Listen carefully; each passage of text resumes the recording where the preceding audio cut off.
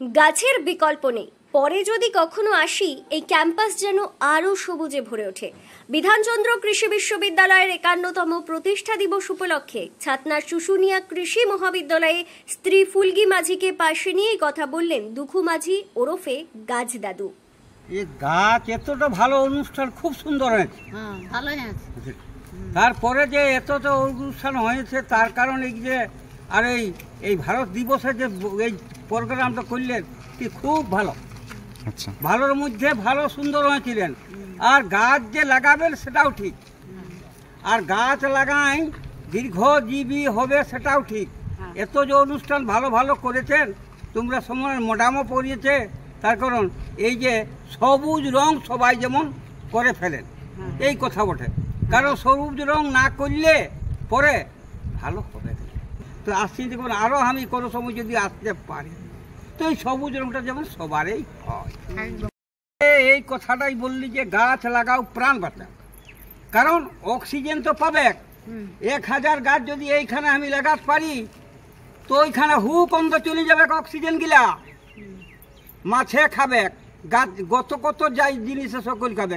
এই গাছ ছাড়া অক্সিজেন হয় না, এটা ভালো রকম জানবেন।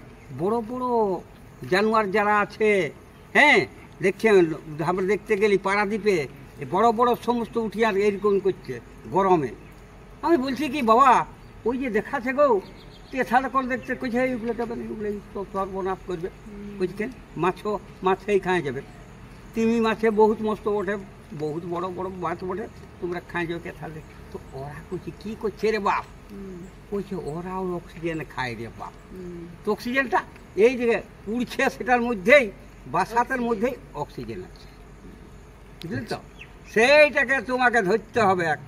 ওথার লোক যদি আমাদের এইখানে এলে ওই বড় বড় দেশগুলাকে, শহরগুলাকে যদি তোমাদের যায় অক্সিজেন, তুমি কত ভালো লোক গো, ইনিও কত ভালো লোক, ইনিও কত ভালো লোক, আর এইগুলা আছে ভাই বন্ধুগুলা, এগুলো বেশি ভালো লোক। হ্যাঁ, আরও ব্রেনি লোক আসবে, আর আমরা মরিয়ে যাবো, ভালো ভালো লোক আসবে। সেই ব্রেনের কাজ যখন এইটা যখন পড়বে তখন বহু ব্রেন আরো কত। উল্লেখ্য, দীর্ঘ 5 দশকের বেশি সময় ধরে রুখাসুখা পুরুলিয়ার মাটিতে সম্পূর্ণ ব্যক্তিগত উদ্যোগে সবুজায়নের কাজ করে চলেছেন দুখু মাঝি। বর্তমানে তিনি সকলের কাছে গাছ দাদু হিসেবেই পরিচিত। তার কাজের স্বীকৃতি স্বরূপ ভারত সরকারের তরফে দেশের সর্বোচ্চ অসামরিক সম্মান পদ্মশ্রী দেওয়া হয়েছে।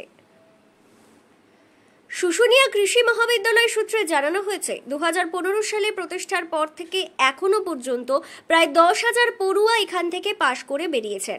তারা এ রাজ্যের বিভিন্ন সরকারি বেসরকারি ক্ষেত্রে কর্মরত যেমন আছেন, তেমনি দেশের গণ্ডি ছাড়িয়ে বিদেশেও উচ্চ পদে কর্মরত আছেন অনেকেই, যা এই মহাবিদ্যালয়কে গৌরবান্বিত করেছেন বলে তারা জানিয়েছেন।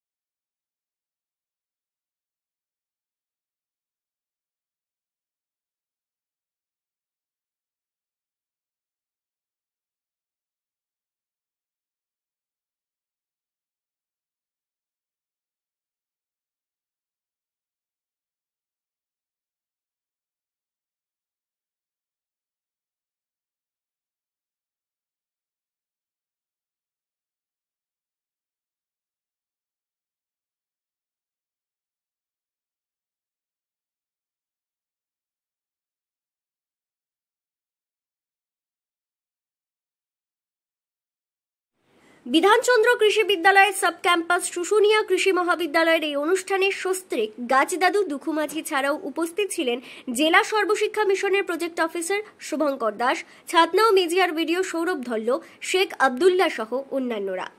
ব্যুরো রিপোর্ট, দক্ষিণ বাঁকুড়া দর্পণ, শুশুনিয়া।